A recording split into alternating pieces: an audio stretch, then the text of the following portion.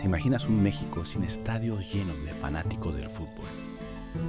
Imposible, ¿verdad? Pues acompáñanos en este viaje a través del tiempo para descubrir la historia del fútbol mexicano. Bienvenidos a la historia del fútbol mexicano. Hoy nos vamos a sumergir en un momento crucial, la inauguración del legendario Parque España en 1926. Un año que marca un antes y un después, no solo para el Real Club España, sino para el desarrollo del fútbol en todo México. Exacto, imagínate, en esos años el fútbol mexicano todavía estaba en pañales, buscando consolidarse. Sí. Y de repente, ¡boom!, aparece el Parque España, una joya arquitectónica para la época. Claro. ¿Cómo no va a ser importante para el crecimiento del deporte? Es fascinante pensar que este estadio con sus tribunas de madera, algunas incluso con sombra, y sus vestidores de primera fue una muestra de la creciente inversión y profesionalización del fútbol. ¿Y qué decir del campo de juego? Dice que era una alfombra. Pero ¿sabes qué es que me parece aún más interesante?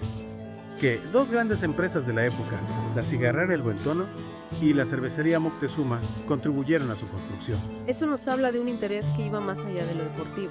El fútbol comenzaba a ser visto como un negocio, como un espectáculo que atraía a las masas y por supuesto a las empresas. Y vaya que la inauguración del Parque España fue un espectáculo. Políticos representantes del gobierno español, el arzobispo de México, bendiciendo las porterías, Sí. así como una boda real. Y por supuesto no podían faltar los partidos.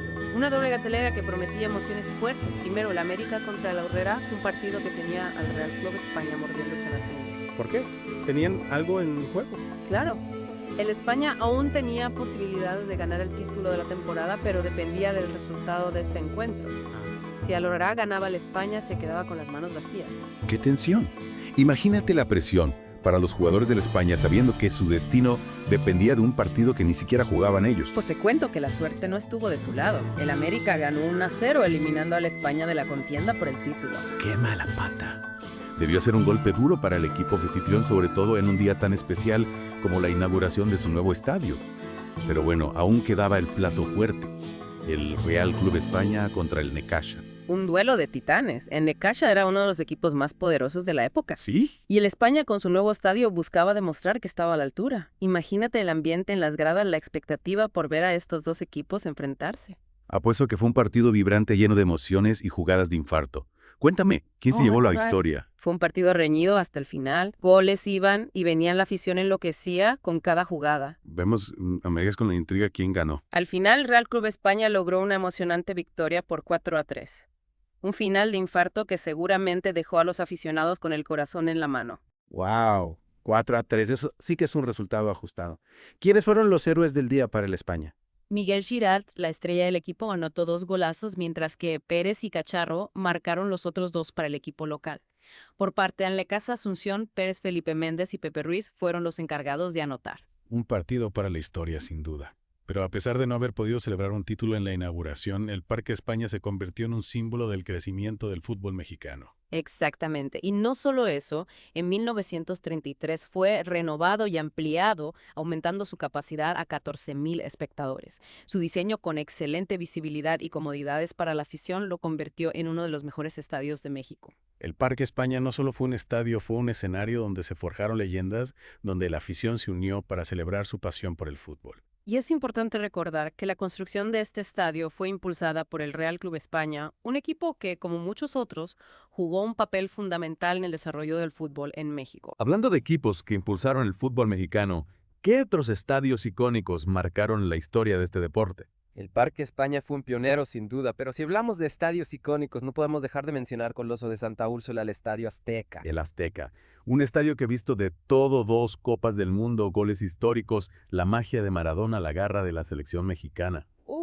Su construcción en la década de 1960 marcó un antes y un después. Imagínate un estadio con capacidad para más de 100,000 espectadores. En esa época era una muestra de la ambición y el crecimiento del fútbol mexicano a nivel mundial. Ya no solo se trataba de tener un estadio bonito y cómodo, sino de construir un escenario digno de los mejores eventos deportivos del planeta. Es cierto, el Azteca puso a México en el mapa del fútbol internacional. Pero antes de estos gigantes, ¿cómo eran los primeros campos donde se jugaba el fútbol en México? Eran tan modestos como me los imagino. Mucho más antes del Parque España o la Azteca, el fútbol se jugaba en campos de tierra, algunos apenas acondicionados las tribunas si es que las había territa. Eran de madera o mampostería con capacidad para unos pocos cientos de personas. Casi como jugar en el patio de la casa, ¿no? Sí, pero a pesar de su sencillez, esos campos fueron la cuna del fútbol mexicano. Ahí se forjaron los primeros ídolos, se vivieron los primeros clásicos y lo más importante, se cultivó la pasión por este deporte. Una pasión que ha crecido con el tiempo contagiando a millones de mexicanos. Es increíble pensar cómo ha evolucionado el fútbol en nuestro país desde esos campos improvisados hasta los imponentes estadios que conocemos hoy en día. Una evolución que ha ido de la mano con la profesionalización del deporte, su expansión a nivel nacional e internacional y, por supuesto, la construcción de estadios cada vez más modernos y sofisticados. Hablando de estadios modernos, ¿te has preguntado alguna vez cómo se diseñan y construyen estas grandes obras arquitectónicas? Detrás de esas estructuras de acero y concreto debe haber todo un proceso complejo. Complejísimo, no se trata solo de levantar muros y gradas. Hay que tomar en cuenta la capacidad, la seguridad, la comodidad de los espectadores, la acústica, la iluminación, la accesibilidad. Es un trabajo multidisciplinario que involucra a arquitectos, ingenieros, diseñadores y muchos otros profesionales. Un verdadero reto. Y cada estadio debe tener su propia identidad, un diseño que lo haga único y memorable, casi como una obra de arte. En cierto modo, sí, una obra de arte que combina funcionalidad con estética, ingeniería, con pasión. Al final, el objetivo principal es crear un espacio donde los jugadores puedan brillar y la afición pueda vivir la magia del fútbol al máximo. Y hablando de magia, ¿qué te parece si recordamos algunos de los momentos más memorables que se han vivido en los estadios mexicanos? Esos goles que los pusieron la piel de gallina, esos partidos que nunca olvidaremos. Hay tantos momentos memorables que es difícil elegir por dónde empezar, pero si hablamos de goles que nos dejaron boquiabiertos. Sí. No podemos olvidar la chilena de Hugo Sánchez al Logroñés en 1988. Una obra de arte. Ese gol no solo demostró la calidad de Hugo Sánchez, Sino también su capacidad acrobática. ¿Quién más podía hacer una chilena así? Pocos, muy pocos. Y hablando de momentos históricos, Ajá. ¿qué me dices del Aztecaso del 2001? Ese día, la selección mexicana venció a Brasil en un partido de eliminatorias mundialistas, un triunfo que resonó en todo el mundo. Increíble. Vencer a Brasil, el gigante del fútbol, en nuestra propia casa ese día, demostramos que México podía competirle a cualquiera. Y hablando de mundiales, no podemos olvidar el gol de Jared Borgetti a Italia en Corea-Japón 2002. Un cabezazo impecable que nos dio un empate ante una potencia mundial. Ese gol fue un ejemplo de la garra y la determinación del fútbol mexicano. Un equipo que nunca se rinde, que lucha hasta el último minuto.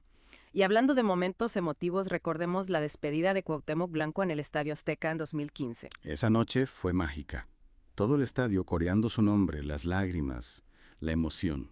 Un homenaje a uno de los ídolos más queridos del fútbol mexicano. Sin duda, los estadios mexicanos han sido testigos de momentos que han quedado grabados en la memoria colectiva. Momentos que nos han unido como país, que nos han hecho vibrar de emoción, que nos han recordado por qué amamos tanto este deporte. Es cierto. Los estadios no solo son estructuras de concretos, son escenarios donde se escriben historias, donde se forjan leyendas, donde se vive la pasión del fútbol mexicano. Y después de este recorrido por la historia me pregunto, ¿qué le depara el futuro al fútbol mexicano? ¿Qué nuevos capítulos se escribirán en los estadios del país? Esa es la pregunta del millón. Lo que sí sabemos es que el futuro del fútbol mexicano es prometedor. Tenemos jóvenes talentosos, una afición apasionada y una infraestructura cada vez más moderna. Y una historia rica en triunfos y momentos memorables que nos inspira a seguir adelante. Sin duda, el futuro del fútbol mexicano está lleno de posibilidades. Y a ti que nos has acompañado en este viaje a través del tiempo, te invitamos a que sigas explorando la historia del fútbol mexicano. Hay mucho por descubrir, muchas historias, por contar, muchas emociones, por vivir. No olvides dejar tus comentarios y compartir este episodio con tus amigos. Y suscríbete a nuestro canal para no perderte ningún episodio de The Deep Dive. Hasta la próxima y que viva el fútbol mexicano.